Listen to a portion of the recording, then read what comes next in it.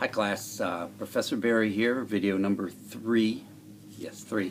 I apologize, first of all, for that this video has been delayed. I wanted to review all your Module 2 written assignments and give you feedback on those before I record this, because that's really what I'm going to focus my comments on today.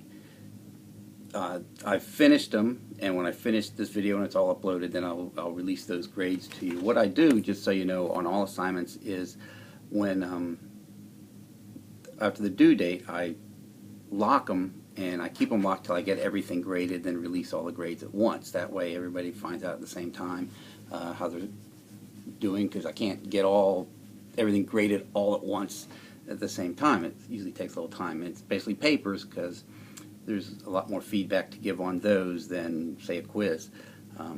So anyway, research papers. I want to give you a little feedback on those and some helpful hints on ways for improvement. And as always, get in touch with me, contact me if you have any questions about anything, need any help with anything, and I'll be glad to help.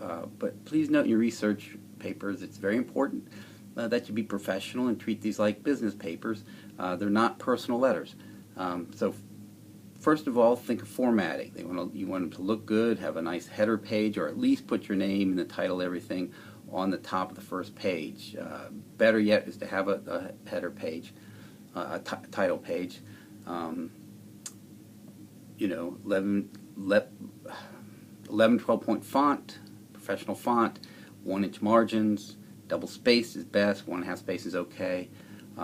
Sources, you need to use good, reliable, verifiable sources. There's a lot of information out there on Google, Wikipedia, and other places that just doesn't fit that bill.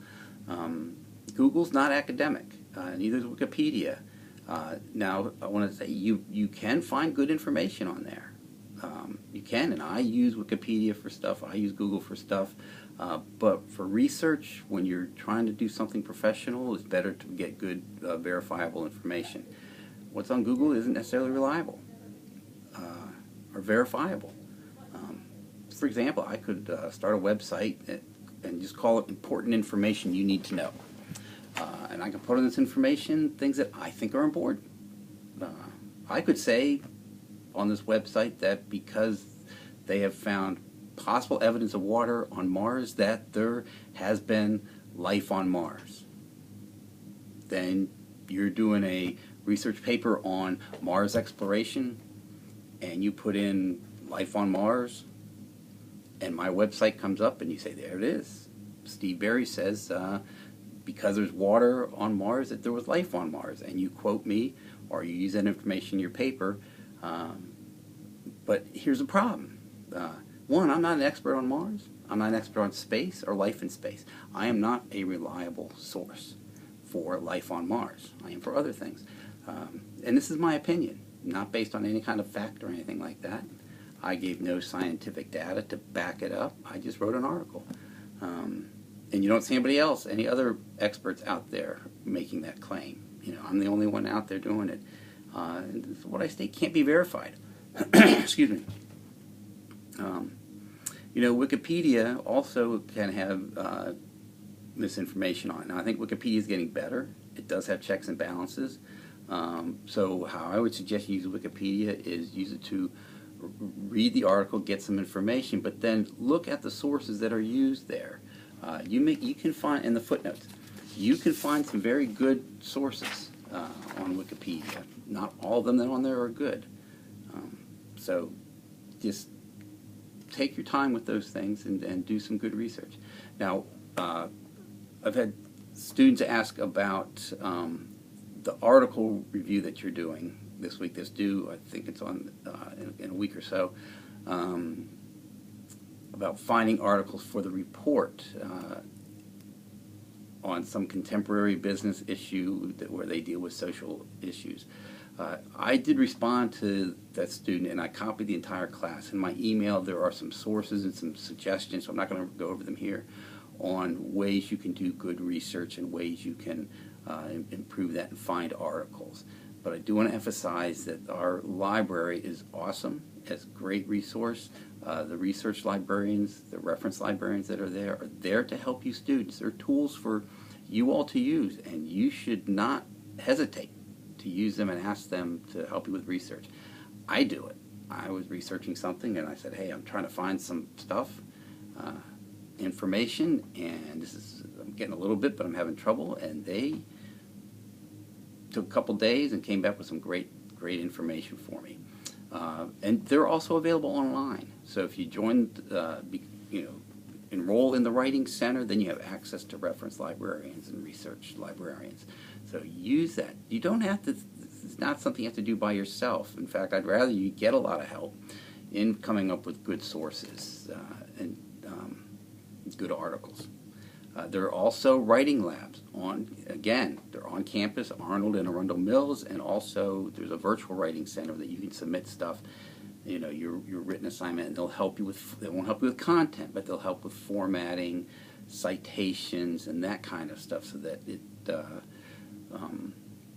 looks good and is appropriate and the grammar is good.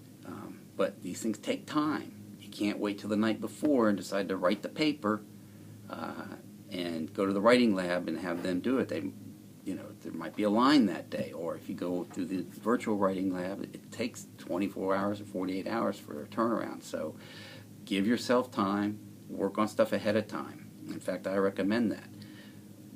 Work ahead of time on stuff so you don't just sit down in one sitting and write your paper. Another point I want to make is, and some of you have been doing this really well and others not so much, is use some critical thinking skills. Don't just answer the questions, but dig in a little deeper. Ask questions. What are the implications of doing something or not doing something, or why did this company do this, or what was their motivation? Really question them. Even be cynical a little bit. I mean that in a positive way. If a company took some social action in your article review, why'd they do it? Was it for profit? Was it they really felt this was the right thing to do? Or was it consumer pressure or governmental pressure? Companies can do the right thing, but not necessarily for the right reason. So, for example, with the paper you just did on the metric system, and I commented on this for some of you, if the United States does not convert to the metric system, what does it mean for the United States? What are the implications for the U.S. and for business and for global economy? If we do convert to metric, what does that mean? What are the implications for that? There can be good and bad. Some of you with the piece on the economic union, European Union, you talked a little bit about Greece. I thought that was great because that's a very, in today's news, it's a very contemporary issue with that topic, and so bringing that in was very appropriate. Some of you bring in personal experiences, and that's good too. So anyway, we're in Module 3, which is the middle module. So after this, we'll have 2 more modules to go, but this, I want you to do well in it. Do work ahead. Don't wait till the due date to submit stuff, especially the discussions. Remember, there's a separate start date, and that the due date is when it ends. So the start date, I think it's Sundays. That's the day to post your initial post, and then during the week, go in and read what other people are saying and respond to them. Okay? Pay attention to the calendar. Module 3 is all about management. How do you manage people, both the internal and the external people? How do you manage a business, the operations of it? What are HR, human resource issues with people? You got to hire them and fire them and promote them and demote them, and there's a lot of legal stuff to do. And also in business, how do you motivate people to do their best and perform best? There are various ways to do that. Take this class, for instance. I'm hoping that by giving you a lot of feedback on your papers, that motivates you to do better. And I've seen that in some of you. I'm hoping that by doing these videos, which I'm kind of experimenting with, that they motivate you to do better, that you see that I'm trying to communicate with you in various ways. I'm hoping that if you get a bad grade on something, that motivates you to do better, to improve. Motivates you to go out and get help, or to call me, or email me, or come see me, which some of you have done. So anyway, I'm going to end this now. I don't want it to go too long. Oh, 10 minutes. Shoot. I don't like to go much longer than that. I don't like listening to myself that much. So that's all I have right now. I'm available, email, phone, by appointment in my office. A few of you come in to see me, and I know that that's always helpful. I find it helpful because I always enjoy meeting my online students. So I'll end with a question. Email me your answer. You know how geese and ducks, when they fly north or south, and right now I guess they're going south, they fly in a V formation, and always one side of the V is longer than the other.